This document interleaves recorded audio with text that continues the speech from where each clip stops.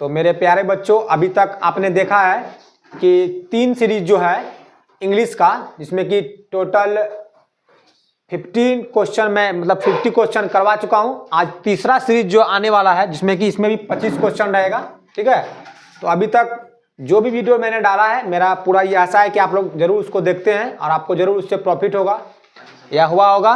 तो आगे चलते हैं हम लोग नेक्स्ट तीसरे सीरीज में। इसमें भी 25 क्वेश्चन लेके चलेंगे और इसके बाद जो मेरा नेक्स्ट वीडियो आने वाला है, ये मैं मान के चलता हूं कि वो जो है मतलब क्या बोलते हैं, हिस्ट्री, इतिहास का जो है 40 क्वेश्चन मैंने निकाला पूरा बुक से, मतलब पूरा अच्छे से मैंने खुद से स्टडी किया है कि क्वेश्चन बैंक में 10 साल में कितना सवाल जो है रिपीटेड है, और जो इंपॉर्टेंट सवाल है उसी सवाल को मैं लूंगा और वो लॉन्ग क्वेश्चन आंसर है। ठीक है, ऑब्जेक्टिव तो सब कराता है, वो तो मैं भी करवाऊंगा, लेकिन लॉन्ग क्वेश्चन आंसर लेकर मैं थोड़ा सा गंभीर हूं, क्योंकि लॉन्ग क्वेश्चन आंसर में बहुत अच्छा नंबर आपका आने वाला है। ठीक है, तो इसके बाद जो नेक्स्ट वीडियो आने वाला है वो लॉन्ग क्वेश्चन आंसर से आएगा और मैं कोशिश करूंगा कि 10 क्वेश्चन को जो एक सेट में मैं करवा दूं। ठीक है, और वो जो लॉन्ग क्वेश्चन आंसर है 40 क्वेश्चन आंसर से आपका पूरा हिस्ट्री कवर हो जाएगा, अगर आप मेरा वो 40 क्वेश्चन देख लेते हैं। ठीक है, तो चलिए इसी से हम लोग शुरुआत करते हैं अगले नेक्स्ट सीरीज, तीसरे सीरीज से लेकर हम लोग स्टार्ट करते हैं। हम लोग का पहला सवाल होगा the train leaves dash 3 PM।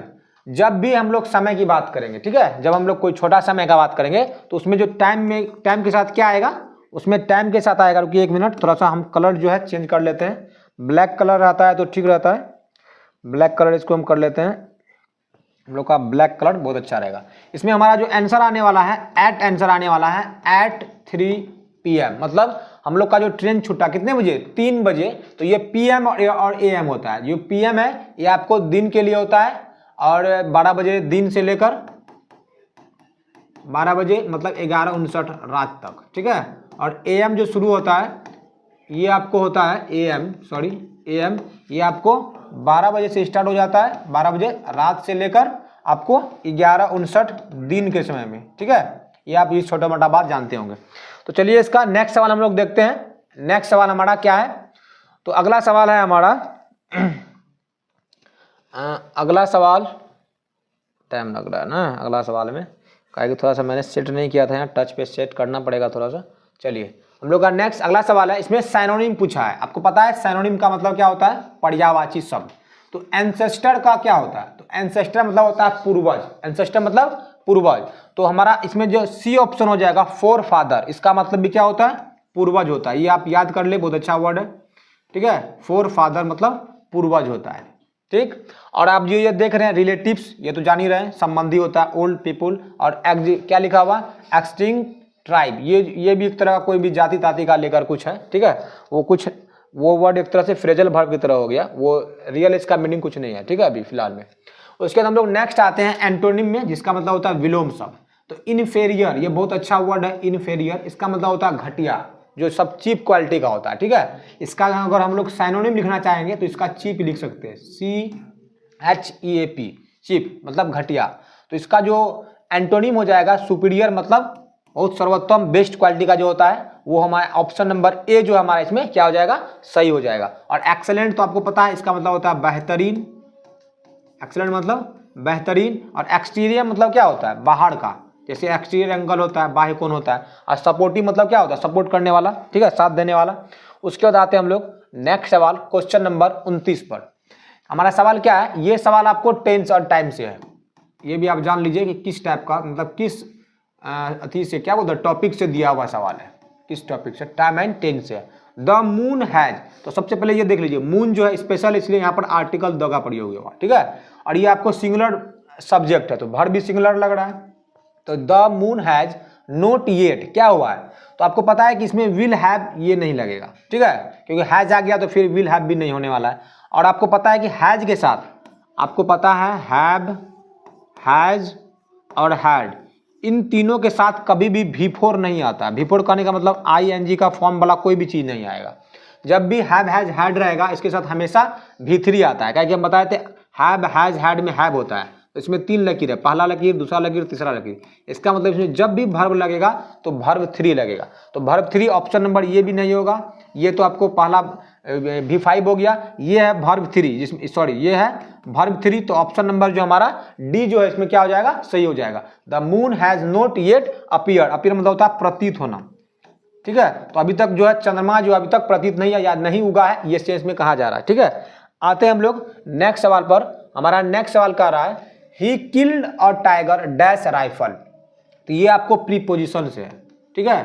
ये सवाल प्रीपोजिशन से है और एक विद्यार्थी भी ये सवाल पूछा था क्लास में भी कि इसका आंसर क्या होगा, तो वो इसका हिंदी पहले जान लेते हैं कि वह जो है एक बाघ को मारा है, क्या चीज से, तो ए राइफल से, मतलब एक बंदूक से मारा है, इसमें क्या होगा with a rifle. Option number C जो हमारे इसमें क्या हो जाएगा, सही हो जाएगा, ठीक है। बाय नहीं होता है, विद अ राइफल मतलब राइफल के साथ उसको क्या किया है, मारा है, उसको शूट आउट किया हुआ। उसके बाद हमारा नेक्स्ट सवाल है did you dash this colour, क्या आपको यह कलर मतलब क्या बोलते हैं इसको, चूज करना है, ठीक है। डिड यू चूज, अब आपको यह बताना है कि चूज मतलब होता है चुनना, पहले यह जान लीजिए आप, चूज का मतलब क्या होता है, चुनना।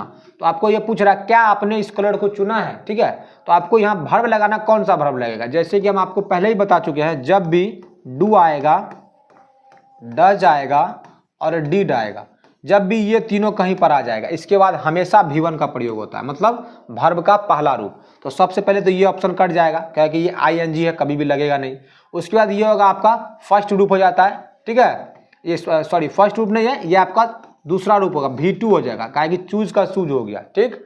उसके बाद आपको सॉरी ये डबल ओ है ना, तो अगर डबल ओ है तो ये आपका हो जाएगा V1, यही आपका V1 हो जाएगा, क्या कि चूज जो है ये आपका V2 हो जाएगा। तो आपका ये भी V2 खत्म हो जाएगा, क्या कि डिड दिया तो V1 लगेगा, और चूजेज जो है V5 का हो जाता है, ये भी नहीं लगेगा, और चूजिंग हो गया, ये भी नहीं आएगा। ऑप्शन नंबर जो है सी जो है choose, do you choose this colour, मतलब आपने इस कलर को क्या किया है, चूज किया हुआ। ऑप्शन नंबर हमारा सी इसमें क्या हो जाएगा, सही हो जाएगा। नेक्स्ट आते हैं हम लोग अगले नंबर सवाल पर। The young man has grey hair, तो इसमें आपको क्या चुनना है, एडजेक्टिव चुनना है। एडजेक्टिव किसको बोलते हैं, तो जो वर्ड जो है नाउन और प्रोनाउन की क्वालिटी को बताएगा, किसको किसको बताएगा, नाउन और प्रोनाउन की क्वालिटी को। तो यहाँ पर जो दिया हुआ है young man has grey hair, तो हेयर के बारे में ये क्या हो गया, नाउन हो गया, हेयर क्या हो गया, नाउन। तो इस नाउन के बारे में बता रहा है क्या, कि वो ग्रे कलर का है। तो जब हम बोले कि नाउन और प्रोनाउन की विशेषता को जो वर्ड को बताता है वही क्या हो जाएगा, एडजेक्टिव। तो इस हेयर के बारे में, ये हेयर नाउन है, इसके बारे में बता रहा है ग्रे वर्ड, कि ये जो हेयर है ग्रे है, तो इसका मतलब ग्रे क्या हो जाएगा, ये हो जाएगा आपको एडजेक्टिव, क्या है कि हेयर के बारे की बात, मतलब हेयर का विशेषता को बता रहा है वह ग्रे कलर का है। तो ऑप्शन नंबर हमारा कौन सही हो जाएगा, बी नंबर ऑप्शन हमारा इसमें सही हो जाएगा, ये होगा हमारा एडजेक्टिव। उसके बाद आते हैं हम लोग नेक्स्ट सवाल पर। हमारा अगला नंबर का सवाल है शाहजहां डैश द ताजमहल, ठीक है। तो शाहजहां ने ताजमहल को क्या किया, बनाया है। तो आपको पता है कि बना दे मतलब उसका वो काम खत्म हो चुका, मतलब पास्ट में हो गया। तो अब पास्ट अगर है तो पास्ट पहले कौन है वो देखते हैं हम। तो आपको पता है डायरेक्ट ING कभी भी नहीं लगेगा, जब भी ING लगेगा तो या तो इज एम आर आना चाहिए या वाज वेयर आना चाहिए, ऐसा तो कुछ है नहीं यहाँ पर। तो ऑप्शन नंबर डी पहले हमारा छंट जाएगा। उसके बाद विल तो पहले ही खत्म, क्योंकि ये फ्यूचर टेंस का बात होगी, जबकि यहाँ पर पास्ट टेंस, ताजमहल बन चुका था, मतलब बन चुका, उसका काम खत्म हो चुका। उसके बाद बिल्डेड नहीं होता है, क्योंकि बिल्ड BUILD बिल्ड मतलब होता है बनाना, ठीक है। तो इसका जो है V2 होता है बिल्ट, BUILT। तो ऑप्शन नंबर हमारा बी सी जो है सही हो जाएगा। बिल्ट जो है, बिल्ट मतलब बनाया, तो शाहजहां जो है ताजमहल को बनाया, ऑप्शन नंबर क्या हो जाएगा, सी हमारा सही हो जाएगा। और एक बात देख लीजिए, ताजमहल स्पेशल में आता है, इसलिए जो द आर्टिकल यहाँ पर लगा है, ठीक है। तो आपको याद रखना है कि आर्टिकल द का प्रयोग कहाँ होता है, जहाँ विशेष कुछ स्पेशल होता है उसमें द का यूज होगा। There were several policeman dash duty, इसका मतलब क्या हुआ, बहुत सेवरल मतलब अनेक, बहुत सारा, पुलिसमैन मतलब जो पुलिस का मतलब क्या बोलते हैं, कर्मचारी लोग हैं। तो बहुत सारे पुलिस कर्मचारी जो है ड्यूटी पर है। तो ऑन ड्यूटी होता है, ये डायरेक्ट याद कर ले आप कि ऑन ड्यूटी होता है, ये प्रीपोजिशन फिक्स प्रीपोजिशन है, ऑन ड्यूटी, ठीक है। ऑप्शन नंबर बी हमारा इसमें क्या हो जाएगा, सही हो जाएगा। आते हैं हम लोग नेक्स्ट सवाल पर। Can dash talk for a minute, ये जो है आग्रह एक तरह से कर रहा है, क्या जो है मैं कुछ देर आपसे बात कर सकता हूं, ठीक है, आपसे या आप लोगों से। तो देखिए जब भी यहाँ पर क्या आ गया, वर्ब आ गया, तो वर्ब के एक सब्जेक्ट का डिमांड करेगा। तो इसमें सब्जेक्ट ये नहीं है, ये सब्जेक्ट नहीं हो सकता, ये भी नहीं हो सकता, ये भी नहीं, we. Can we talk for a minute, क्या हम लोग आपसे जो है मतलब क्या हम लोग जो है बात कर सकते हैं कुछ मिनट के लिए। तो ये ऑप्शन नंबर हमारा सी इसमें क्या हो जाएगा, तो आते हैं हम लोग नेक्स्ट सवाल पर। हमारा नेक्स्ट सवाल है there were several policeman dash duty. इसका हिंदी हम लोग पहले जान लेते हैं। इसका हिंदी है कि बहुत सारे जो है पुलिस कर्मचारी जो है वो ड्यूटी पर है। ठीक है, जैसे पर आ गया तो आपको पता है ऑन मतलब ही पर होता है। ठीक है, और एक फिक्स प्रीपोजिशन होता है कि ऑन ड्यूटी ही होता है। तो ऑप्शन नंबर बी जो हमारा इसमें क्या हो जाएगा, सही हो जाएगा। प्रीपोजिशन बहुत सारा, मतलब हर एक चैप्टर में आपको जब भी जितना भी साल पूछा गया प्रीपोजिशन का बहुत ज़्यादा रोल रहा है। अब मैं आपको बार बार बोला, अगर आप कमेंट करते हैं तो मैं जो फिक्स प्रीपोजिशन होगा, जो इंपॉर्टेंट प्रीपोजिशन होगा, मैं उसका वीडियो बनाऊंगा 5-10 मिनट का, अगर आप कमेंट करेंगे तो। ठीक है, उसके बाद आते हैं हम लोग नेक्स्ट सवाल पर। Can dash talk for a minute.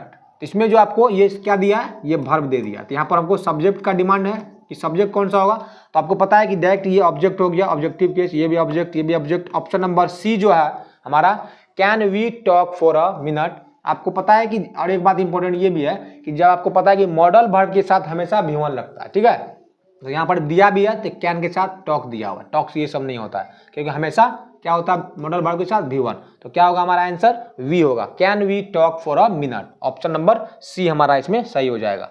Next सवाल है हमारा why don't you try dash it with a हैम्बर।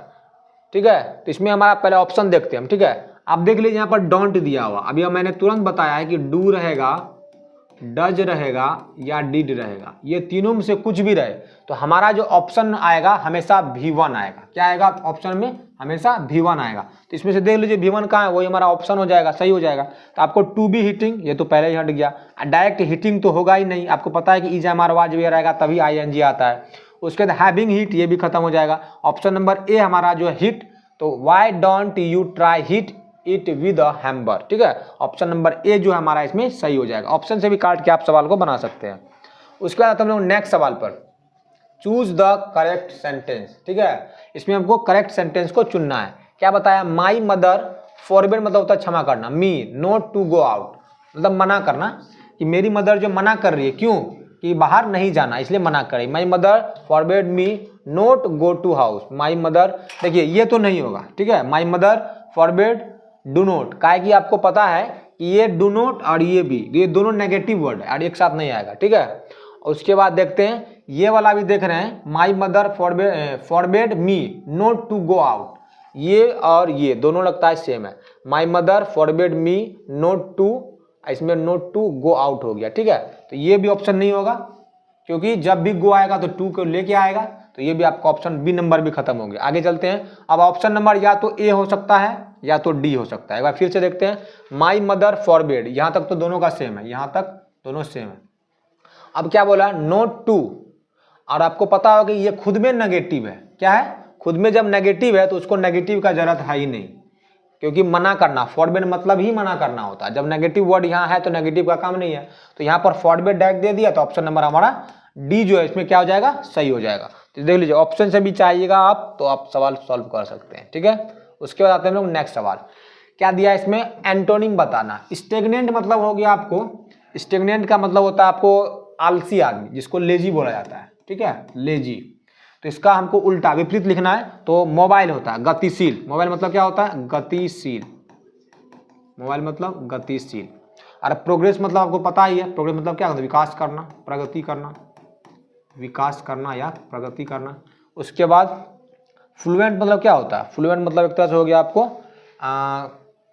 कोई भी चीज़ में फ्लुएंट होना, बहुत क्या बोलते हैं एक तरह से उसको, फ्लुएंट का मतलब, देखिए आपको फ्लुएंट वर्ड पता है लेकिन उसका हिंदी थोड़ा सा क्या लगता है, अजीब टाइप का लग रहा है। फ्लुएंट मतलब हो गया तो बेधड़क टाइप का हो गया, बेधड़क। फ्लुएंट बोलता है ना कोई आदमी की फ्लुएंट इंग्लिश बोला, मतलब बेधड़क इंग्लिश, को कहीं भी कोई रोक टोक नहीं इंग्लिश में, फ्लुएंट टाइप का इंग्लिश बोल रहा है, पूरा एकदम धड़ल्ले से, धारा प्रवाह जिसको बोलते हैं, धारा प्रवाह। फ्लुएंट क्या होता है, धारा प्रवाह टाइप का। ठीक है, उसके बाद हम लोग नेक्स्ट सवाल पर, नेक्स्ट सवाल हमारा क्या कर रहा है, नेक्स्ट सवाल हमको करेक्ट ऑप्शन चुनने के लिए बोल रहा है, Ashish is the man dash son won the scholarship. Ashish जो है वो आदमी है, क्या बोल रहा है, आशीष इज द मैन मतलब आशीष वो आदमी है, डैश सन वॉन द मतलब स्कॉलरशिप। तो आशीष का एक लड़का है जो क्या किया, स्कॉलरशिप जीता है। तो आशीष, याद देखिए हु का तो कोई यहाँ पर रोल है ही नहीं, क्या कि आशीष इज द मैन हु यहाँ पर सन दिया है तो मतलब किसका बेटा, वो आशीष का बेटा है, तो आशीष का बेटा मतलब जिसका बेटा। यहाँ पर आशीष इज द मैन, मतलब आशीष जो आदमी है ना, उसका लड़का जो है क्या किया है, वो स्कॉलरशिप जीता है। तो उसका का जो है, उसका या उसकी, इसमें से कौन सा ऐसा वर्ड जो उसका उसकी का हिंदी लाएगा, तो ये वेयर होगा नहीं। होम मतलब जिसका जिसकी होता है, हुज मतलब होता है उसका उसकी, जिसका जिसकी। तो ये आशीष इज द मैन, इसका होगा whose, whose son won the scholarship. Option number C जो है इसमें हमारा क्या हो जाएगा, सही हो जाएगा। आते हैं हम लोग नेक्स्ट नंबर सवाल पर। The new market dash everything. तो देखिए न्यू मार्केट ये सब्जेक्ट हो गया और ये सिंगुलर सब्जेक्ट, जब सिंगुलर है तो भर भी सिंगुलर लेगा, तो सबसे पहले ऑप्शन नंबर हैव ये खत्म हो जाएगा, ठीक है, ये प्लूरल आ गया। ठीक, उसके बाद आते हैं हम लोग, वाज होगा नहीं, ठीक है। ये बोल रहा है कि नया मार्केट के पास सभी चीज है, जैसे हम लोग बोलते हैं मेरे पास घोड़ा है, तो क्या बोलते हैं, आई हैव अ हॉर्स। तो इसी तरह से बोल रहा है नया मार्केट के पास सब कुछ है। जब कुछ रखने वाला सेंस आता है या किसी के पास में कोई सेंस होता है तो उसके लिए हम लोग हैव हैज का यूज करते हैं, जिसमें कि हमारा हैव पहले से कट गया, इज तो होगा ना रखने के सेंस में। ऑप्शन नंबर डी जो है हैज हमारा क्या हो जाएगा, सही हो जाएगा, ऑप्शन नंबर डी। आते हैं हम लोग नेक्स्ट नंबर सवाल पर। नेक्स्ट नंबर का सवाल हमारा क्या है, बोल रहा ओड एंड आउट, मतलब इसमें से ऐसा 4 दिया हुआ है, इसमें से एक ऐसा वर्ड है जो कि तीनों का सेंस से अलग है। जैसे देखिए पेन से हम लोग क्या करते हैं, लिखते हैं, मार्कर से हम लोग क्या करते हैं, लिखते हैं, पेंसिल से हम लोग क्या करते हैं, लिखते हैं, लेकिन पेपर जो है लिखने के काम में नहीं आता, ठीक है, उस पर लिखा जाता है। तो ये तीनों क्या है, ये तीनों एक ही तरह का वर्ड है, लेकिन ये क्या है, अलग है। तो इसको अलग जो वर्ड था उसको हमको चुनना था। ये भी कभी कभी इस तरह का भी क्या होता है, क्वेश्चन जो पूछा जाता है आजकल एग्जाम में। तो इसको भी आपको ध्यान में रखना है कि 3 जो एक तरह का रहेगा और एक जो अलग तरह का, उसको छांट के निकालना है। तो ऑप्शन नंबर हमारा इसमें सी जो है क्या हो जाएगा, सही हो जाएगा। आते हैं हम लोग नेक्स्ट नंबर सवाल पर। व्हेन यू फील एग्जॉस्ट, मतलब जब जो है आप, एग्जॉस्ट मतलब होता है थक जाना, थक कर चूर होना, थक कर चूर होना, पूरा थक जाते हैं, पूरा मतलब कोई भी काम करके पूरी तरीके से जब थक जाते हैं उसी को बोला जाता है एग्जॉस्ट।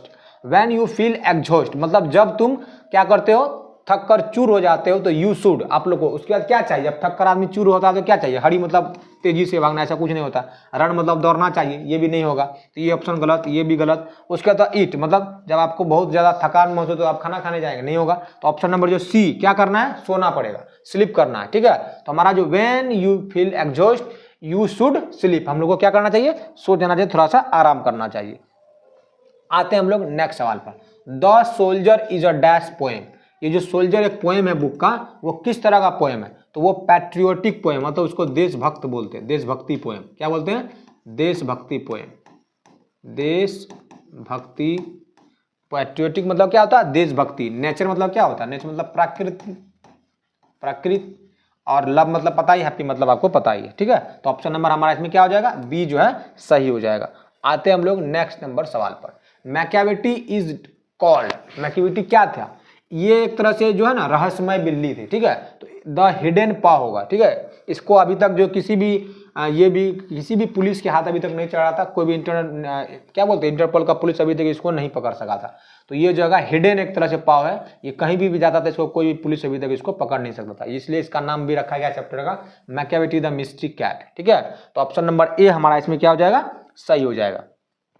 आते हैं हम लोग नेक्स्ट नंबर सवाल पर। The dash forgets its date, मतलब जो है ऐसा कौन है जो अपने मृत्यु को नहीं भूलता है। तो ये भी एक पोएम से शायद लिया गया है, ठीक है। अगर पोएम के आधार से हम लोग चलेंगे तो ऑप्शन नंबर क्या होगा, ए जो है, मानव जो है अपनी मृत्यु को नहीं, मतलब ऐसे तो मर ही जाता है लेकिन कोई आदमी दूसरे की मृत्यु को नहीं भूलता है, इसका कहने का मतलब ये है, ठीक है। तो ऑप्शन नंबर जो है ए जो है हमारा क्या हो जाएगा, सही हो जाएगा। ये जो बुक का सवाल है, ठीक है। उसके बाद आते हैं हम लोग नेक्स्ट नंबर सवाल पर। नेक्स्ट क्या है, who is the speaker in the poem snake, snake का जो है स्पीकर कौन है, ऑप्शन नंबर जो है लॉरेंस, ऑप्शन नंबर डी जो है इसमें हमारा क्या हो जाएगा, सही हो जाएगा। और ये था, ये डन लिखा हुआ है, जॉन डन, जॉन डन जो है ये लिखा था sweetest love I do not गो शायद, ठीक है। इसका राइटर कौन है, sweetest love I do not गो का जॉन डन। और विटमैन किसका था, विटमैन था सॉन्ग ऑफ माई सेल्फ, किसका था, सॉन्ग ऑफ माई सेल्फ। और एक जो आपके लिए मैं रख रहा हूं, इसका कमेंट में आपको आंसर देना है, ठीक है, कि किड्स जो है कौन सी कविता का राइटर है, कौन सा कविता को लिखा है, ठीक है। ऑप्शन नंबर सी आपके लिए रखा है, कमेंट में जरूर इसका जवाब दीजिएगा आप। उसके बाद आते हैं नेक्स्ट नंबर सवाल पर। Bertrand Russell belongs to, Bertrand Russell जो है कहाँ का निवासी था, ये था ब्रिटेन का, ठीक है, ब्रिटेन मतलब लंदन का निवासी था। ऑप्शन नंबर सी जो है हमारा इसमें क्या हो जाएगा, सही हो जाएगा। आते हम लोग नेक्स्ट नंबर सवाल पर। नेक्स्ट नंबर का सवाल मेरा कह रहा है कि I have a dream is part of a dash. आपको पता है कि आई हैव अ ड्रीम पहले लिखा कौन है, तो ये है क्या बोलते हैं इसको, जूनियर क्या नाम था इसका, मार्टिन लूथर किंग जूनियर, ठीक है, इसका नाम क्या है, मार्टिन लूथर किंग जूनियर। और ये जो है ना, ये एक स्पीच था, क्या था ये एक स्पीच का एक भाग है जो कि जूनियर मार्टिन के द्वारा ये दिया गया था। तो ऑप्शन नंबर डी जो हमारा इसमें क्या हो जाएगा, सही हो जाएगा। नेक्स्ट आते हैं हम लोग, Manohar Malgonkar story is full of wit and dash. तो आपको पता है कि मनोहर माल गांवकर की जो कहानी है, जिसका जो है क्या बोलते हैं, कहानी जो लिखा हुआ कौन सा कहानी है, ए पिंच ऑफ सनफ, एक चुटकी सुगनी, ये लिखा हुआ, क्या लिखा हुआ, ए पिंच ऑफ सनफ, ए क्या लिखा होता है, ए पिंच ऑफ सनफ, कौन लिखा हुआ, ये लिखा हुआ मनोहर माल गांवकर।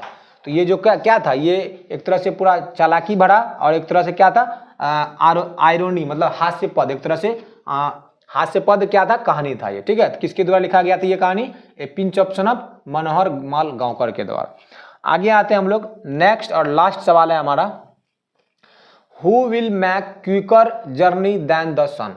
तो आपको पता होगा, अगर आप पोएम को अच्छे तरह से पढ़े होंगे तो जॉन डन के द्वारा जो लिखा गया था एक कविता, sweetest love I do not go, अगर आप पढ़े होंगे, sweetest love I do not go, go ऐसे लिखा हुआ था, ठीक है। अगर आप पढ़े होंगे तो आपको पता होगा कि उसी में ये बात लिखा गया था कि मतलब अपने प्यार के लिए वो कहता है जॉन डन कि मैं जो है सूरज से भी पहले आऊंगा, ठीक है, तुम इंतजार करना मेरा, मैं सूरज से भी पहले आ जाऊंगा तुम्हारे पास। तो ऑप्शन नंबर ए जो है, जॉन डन ये बात कहा था, ठीक है। कौन सा कविता लिखा था वो, sweetest love I do not गो, ठीक है। तो ये होगा आपका टोटल 75 क्वेश्चन। अगर आपको अच्छा लगा हो तो जरूर से जरूर कमेंट करें। नेक्स्ट वीडियो में हिस्ट्री का जो है 10 क्वेश्चन सब्जेक्टिव, जो कि लॉन्ग क्वेश्चन आंसर होगा।